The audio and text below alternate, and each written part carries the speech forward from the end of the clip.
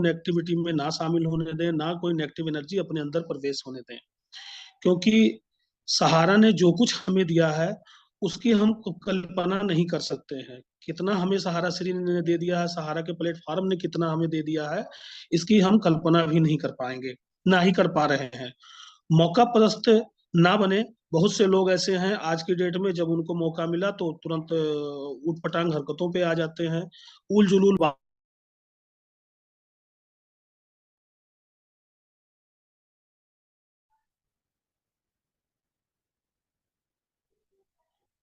Calls कुछ ज्यादा ही आ रही हैं, माफी चाहते हैं।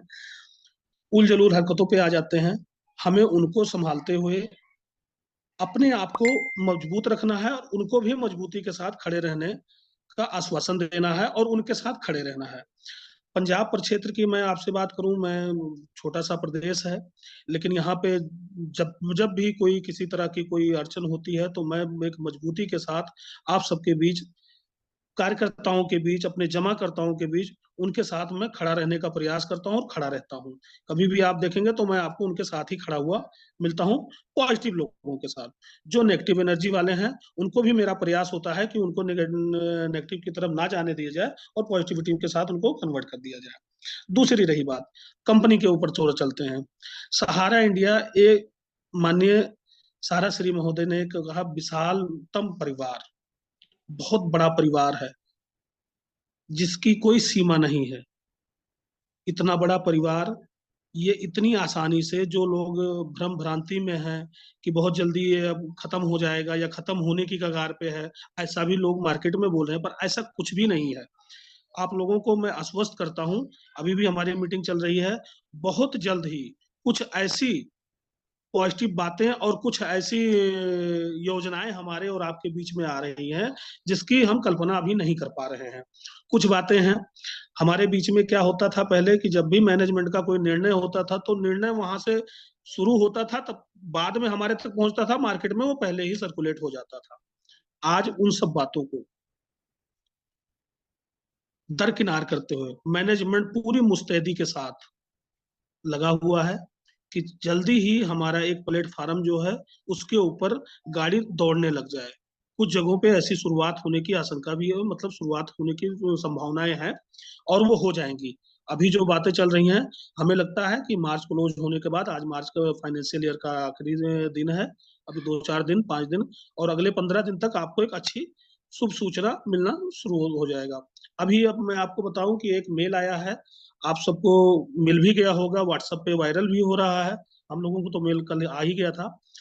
जो रीसबमिशन का कार्य है, जिसमें किसी का पैन कार्ड नहीं अपलोड है, किसी का आधार कार्ड नहीं अपलोड है, किसी का सिग्नेचर नहीं मिसमैच है, सॉरी, और किसी का फार्म वहां पे अपलोड नहीं है, तो उन सब में, उन गतिविधियों में तेजी लाने के लिए वो मैनेजमेंट ने हमें एक मौका दिया है। जैसे ही हम उसको क्लियर करते जाएंगे, विगत चुनाव का समय चल रहा है और विगत दिनों में ये देखने को मिलेगा आपको कि बहुत तेजी के साथ लोगों का पैसा आना शुरू हो जाएगा। कुछ भ्रम भ्रांतियां भी हैं लोगों के बीच में कि पहले 20,000 वालों का ही आएगा, 5,000 वालों का आएगा या 10,000 वालों का आएगा। मैं यहाँ एक बात स्पष्ट कर देना चाहता हूँ कि 20,000 वालों की शुरुआत जरूर पहले होगी, लेकिन जिनका 5 लाख जमा है, 10 लाख जमा है, 50 लाख जमा है, 2 करोड़ जमा है, उनको भी पैसा आना शुरू हो जाएगा और उनको और जल्दी ही मिलना शुरू होगा। इस ये मैनेजमेंट की तरफ एक, समझ लीजिए, एक आश्वासन भी है। मैं अपनी बहुत ज्यादा आपको अपनी बातें जो है नहीं वो आज करूंगा, क्योंकि मार्केट में जो बातें और चल रही हैं, दूसरी तरफ हम थोड़ा चलते हैं ई स्कूट की तरफ। अभी कुछ लोगों ने कहा ई स्कूट में ऐसा चल रहा है, वैसा चल रहा है, बहुत बहुत बहुत भ्रम भ्रांतियां फैली हुई है, लेकिन ई स्कूट का मैनेजमेंट बहुत ही स्ट्रांग है और बहुत ही मुस्तैदी के साथ हमारे साथ कंधे से कंधा मिला के खड़ा हुआ है। इसके भी जो जो कार्यकर्ता जिन्होंने इस कूट में साथ दिया, उनको भयभीत होने की आवश्यकता नहीं है। मैनेजमेंट पूरी मुस्तैदी के साथ लगा हुआ है। एक एक कार्यकर्ता, जैसे मैंने पहले बोला है कि जिसने बूंद दिया उसको समुद्र लौटाएंगे, तो इसमें कहीं से कोई दो राय नहीं है। ये मैनेजमेंट आपके साथ खड़ा है। हाँ, कुछ भ्रम भ्रांतियां हैं उन लोगों को, उन लोगों के लिए है जो लोग कुछ काम नहीं कर रहे थे। उन लोगों का काम है तो ना कुछ करना और ना किसी को करने देना। अगर कोई कर रहा है तो शाम को फोन करके बोलना कि भाई आपने तो ऐसा कर दिया, आपके साथ ये अड़चन आएगी। सोच के देखिए, जब ये स्कूट चल रहा था इंसेंटिव बहुत अच्छा चल रहा था, चांदी के सिक्के भी बट रहे थे, गोल्ड के भी सिक्के बट रहे थे, टूर भी अच्छा था। वो उसका फायदा हमने ही तो उठाया, हम ही तो लिए, दो पैसा भी हमें कमाने का मौका मिला। आज लोग, जिन लोगों ने काम नहीं किया, वो तो बस सीधा हंस रहे हैं, और ना मतलब कर तो कुछ भी नहीं सकते हैं, ना वो माहौल को सही कर सकते हैं, और ना ही वो आपके साथ खड़े हो सकते हैं, खड़े होने होंगे ही नहीं, और खड़े होने का आपको एक दिखावा करेंगे। जानते हो क्या बोल रहे हैं? देखा, हमने नहीं किया, हम बहुत अच्छे में थे, और आपने किया तो हम फंस गए। भाई, भगवान ने हाथ पैर दिया है, आंखें दी हैं, दिमाग दिया है, मुंह दिया है, पेट लगाया है, तो खाएंगे। खाने के लिए कुछ तो चाहिए, कुछ तो करेंगे। और सफलता तो उन्हीं को मिलती है जो हमेशा प्रयास, प्रयास एंड प्रयास। ये माननीय सहारा श्री, पूजनीय सर सहारा श्री जी ने कहा है, प्रयास, प्रयास और प्रयास, ये करते ही रहना है हमें। ठीक है, कुछ जगह हम असफल होंगे, असफल नहीं होंगे तो हमें सफलता का स्वाद कैसे मिलेगा?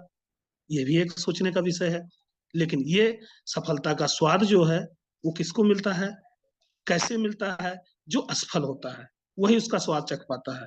बाकी जो नकारात्मक विचारधारा के लोग हैं, वो तो बस नकारात्मकता फैलाते रहेंगे। हमें नहीं लगता है कि नकारात्मकता फैलानी चाहिए, और ना ही उन लोगों का साथ देना चाहिए।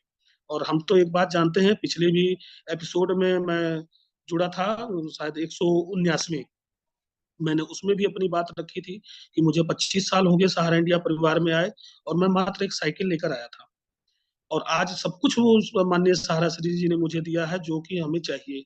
बच्चे भी पढ़ रहे हैं, लिख रहे हैं, अच्छे घर में रह रहे हैं, अच्छी सोसाइटी में रह रहे हैं, अच्छे लोगों के साथ रह रहे हैं। और आप लोगों का, मुझे तो सब, मैं अपने आप को गौरवान्वित तो महसूस करता हूँ कि आप जैसे ज्ञानदान टीम का भी मुझे सहयोग और आशीर्वाद मिल रहा है, और मुझे मौका मिल रहा है कि मैं आपके मन से पूरी।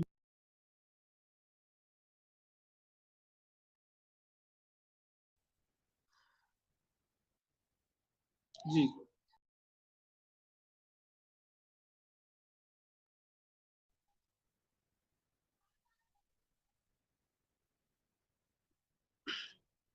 जी। पूरे दुनिया के, पूरे हिंदुस्तान के कार्यकर्ताओं के साथ अपने विचार रखने का मुझे एक मौका मिल रहा है, और मौका दिया।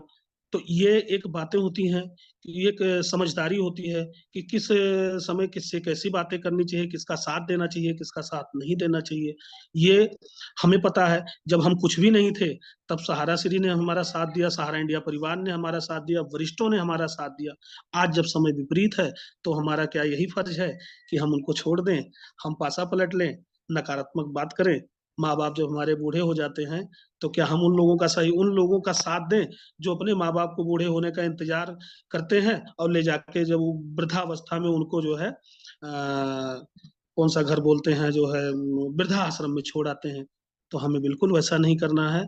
हम एक संस्कार, ये हिंदुस्तान है, सनातन की धरती है, और हम एक संस्कारी, सनातनी जितने भी हैं, ये एक संस्कारी व्यक्तियों में आते हैं। पूरी दुनिया में चले जाइए, लोग बिजनेस की तरह डील करते हैं, लेकिन हम दिल से जुड़ते हैं।